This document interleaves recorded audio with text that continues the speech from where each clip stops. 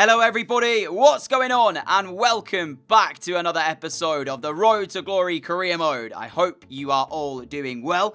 In store for you today, we've got two new signings. They both join from the Premier League to join us in the Championship. We've also got the second leg in our Europa League qualification round in order to try and make it into the group stages. So you've got that to look forward to and more Championship action as well. So hopefully, sit back, relax and enjoy as we start the day with highlights of the game at home against Hull City. Now, you know, if you've been watching the series, the start to Championship life hasn't exactly been phenomenal for us. We picked up our first points in the previous episode and we've struggled to sort of get to grips with the start of the Championship. Although I'm saying that, we're not quite down in the bottom three just at the moment. So if we can keep it that way, that would be fantastic. But this Hull side looks decent, and I knew we'd be in for quite a tough game.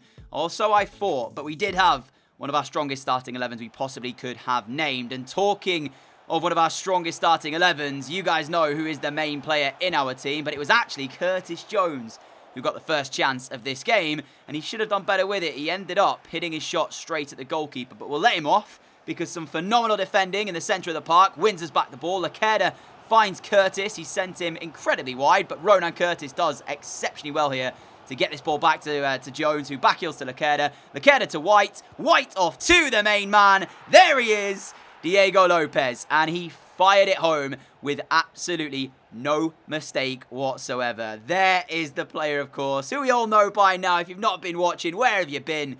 Diego Lopez. He is essentially going to get a statue built of himself by the time this series is over at Forest Green Rovers. If that doesn't happen, we've not done our job properly. But, in fact, this game here, we had a great first half, and we were 2-0 up. I'm not quite sure how this went in. I can't actually work it out. Like, I actually meant I'm going to hit this shot here with Riera on the rebound. I thought he was going to volley it, and it ended up being sort of bouncing up to a height where he could head it. But how he turns this header into a goal, I've got no idea. So fair play to Riera. We were 2-0 up going into half-time, and things were looking very, very good for us indeed. But second half, Hull came out. They had nothing to lose, so they went for it. Joe Hart making a save there, and then this bit here was like just watching a bit of a comedy clip as we twice tried to bring them down. The first time was on the edge of the penalty area. The second time was inside it, and Ronan Curtis was booked. And a penalty kick given to Hull City with about 4 or so minutes to play. And just to let you know as well, that at the moment, Curtis, of course, may well be leaving. So this could be his final game for the club. Hendrickson stepped up to take the penalty. Joe Hart didn't guess the right way, but thankfully, it was struck against the woodwork, and that was full time. Forest Green Rovers 2, Hull City 0. Another victory picked up for us now then in the Championship. That climbs us up the table. Every time we get 3 points, it feels good because we're having to work hard to get these results. Excuse me. And just to make sure that we don't sort of get caught into a relegation battle, we need to pick up the points nice and early. I don't want to have a scenario where we are sort of 40 games in and we're only a matter of points off of the bottom 3. I want to make sure we're nice and safe very, very early on. So any points we pick up in the early stages of this season is a massive bonus to doing that. But like I mentioned, Ronan Curtis was going to be leaving the club. That deal went through. He has gone. I can't remember. It might have been, was it Fenerbahce that he left to join for £7 million. And that, of course, meant that freed us up enough money in order to be able to offer a contract to Anwar El Ghazi, who he already agreed an £11.6 million deal with Aston Villa for. There's the contract on, £35,000 a week. He is now the highest earner. He's our biggest transfer in terms of our record at the club now. Welcome to Forest Green Rovers, our new number 10, Anwar El Ghazi. It feels really good to say that. Like I mentioned in the previous video, if you guys have watched any of my past career modes, especially the FIFA 17 one, you'll know there's always a player who sticks out. And in FIFA 17, that man was Anwar El Ghazi. So he is here, but also with the sale of Ronan Curtis, it meant we needed a new winger, and we went out and picked up Tahith Chong from Manchester United. He valued at £3.6 million, I think it was. We actually got him on a release clause of £2.5 million, so what a steal that is. A player I've used before, had him at the Graafschap last year in FIFA 19. He wasn't spectacular, but he was decent, and I feel like for the job that we need doing in the Championship right now, he will do that job perfectly. He's not quite the same player as Ronan Curtis. He's not quite as quick, but he does have the technical ability, similar overall, and of course, being younger, a bit more in terms of potential. So we'll see how he gets on at Forest Green. But I mentioned the Europa League qualification game. The first leg that we played against this team, we got battered in the previous video. We were not even in the game. We were quite fortunate, actually, to only get a 0-0 against Aalborg. Is that how you say it? I apologize if I've got that wrong. They did score, remember, but it was offside. So, yeah, 0-0 shouldn't have been. So I kind of felt like we were going to come into this game, and as long as we didn't get battered, I wasn't really fussed how the game would go. And the main point of that is because I want us to be fit for the championship games, because we know fixture congestion. I showed you it right at the start of this video. It's insane. We were playing 3 games a week, every week pretty much. That's just ridiculous, especially at this stage in the season. So, and going into the game, part of me wanted to win it. The other part was just saying, lose the game. Just lose the game and get us knocked out so we can focus on this long championship season that we're most likely going to be playing. But the way the game started, we could have so easily been 2 or 3 in front. We were wasting great opportunities here in this first half. And these weren't half chances. These are real good opportunities. So, yeah, to say the very least, although part of me wanted to lose the game, I wasn't just going to throw it. And Lopez, I mean, he had 2. He had 2 opportunities in the first 40 minutes. And he didn't take either one. And I was sat there gobsmacked because I couldn't understand it. 85 rated this kid is. And he didn't take either one of those 2 chances. And that meant, of course, 8 minutes from time, they got their first opportunity. Went close. But it was a stark contrast, actually, to the first leg where they battered us. I'd say we were the better team for large parts of this game. But we went into extra time. There was tired legs out there. And we crumbled. Yeah, fatigue and tiredness just kind of caught up with us. And you could really see it. I mean, they get a corner here, and the way it's defended pretty much sums it up. They send it into the box. I think we have 3 chances to clear this. We miss all 3, and then we pass them it in order for them to score. It's just so horrible to watch this back.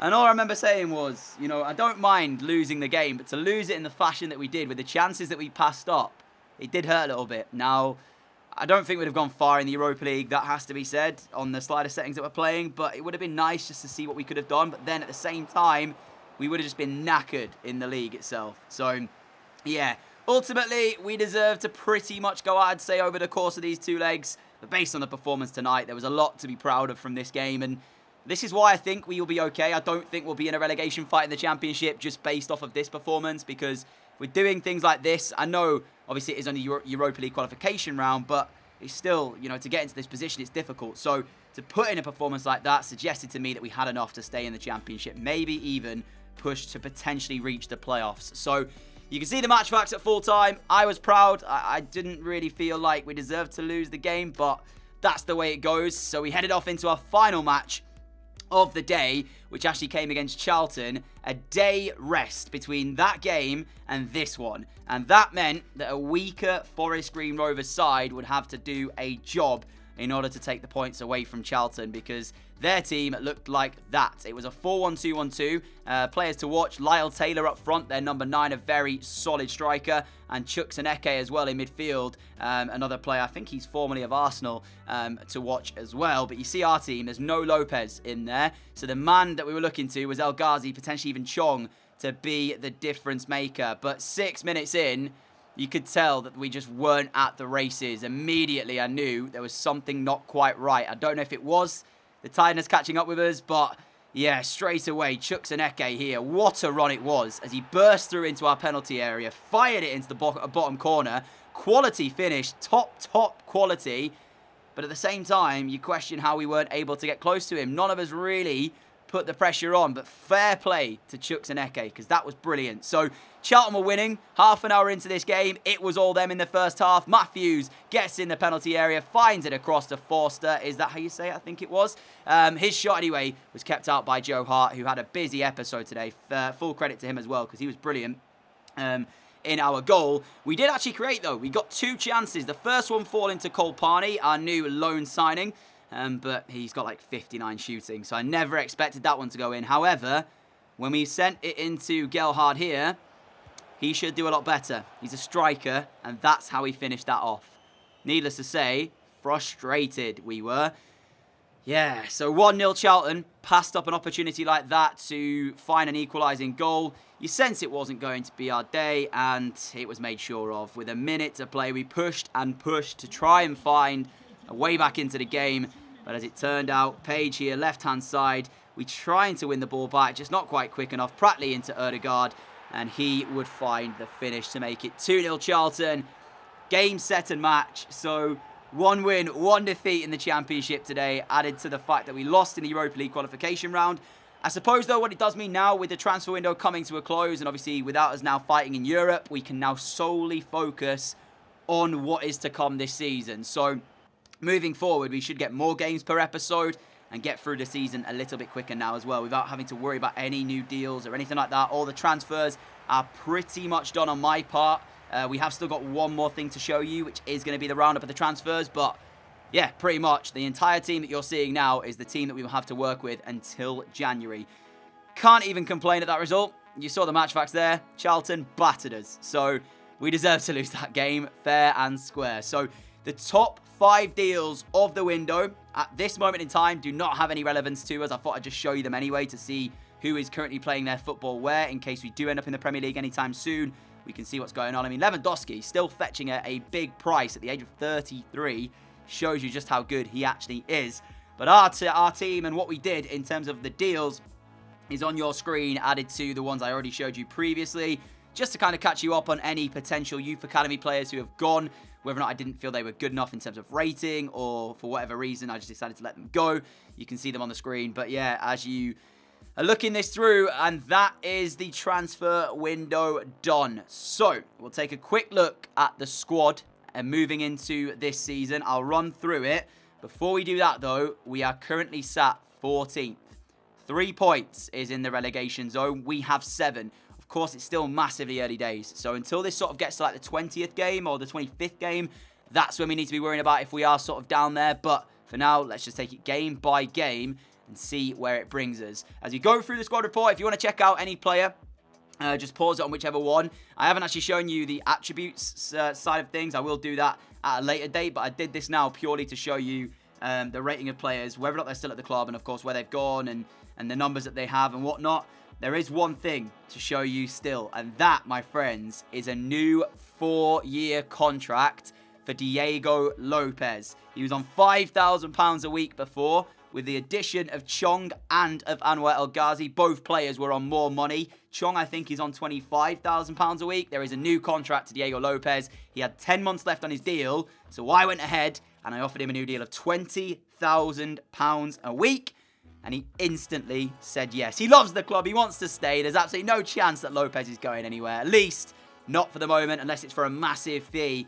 So Lopez stays. He's our captain this season, alongside Joe Mills, and I'm absolutely buzzing with that new deal. But that's going to bring us to a close for today, guys. A massive thank you for watching. If you have enjoyed the episode, a like would be greatly appreciated. Have a great day, have a great evening, and I will see you all again with another video very, very soon. Until then, adios.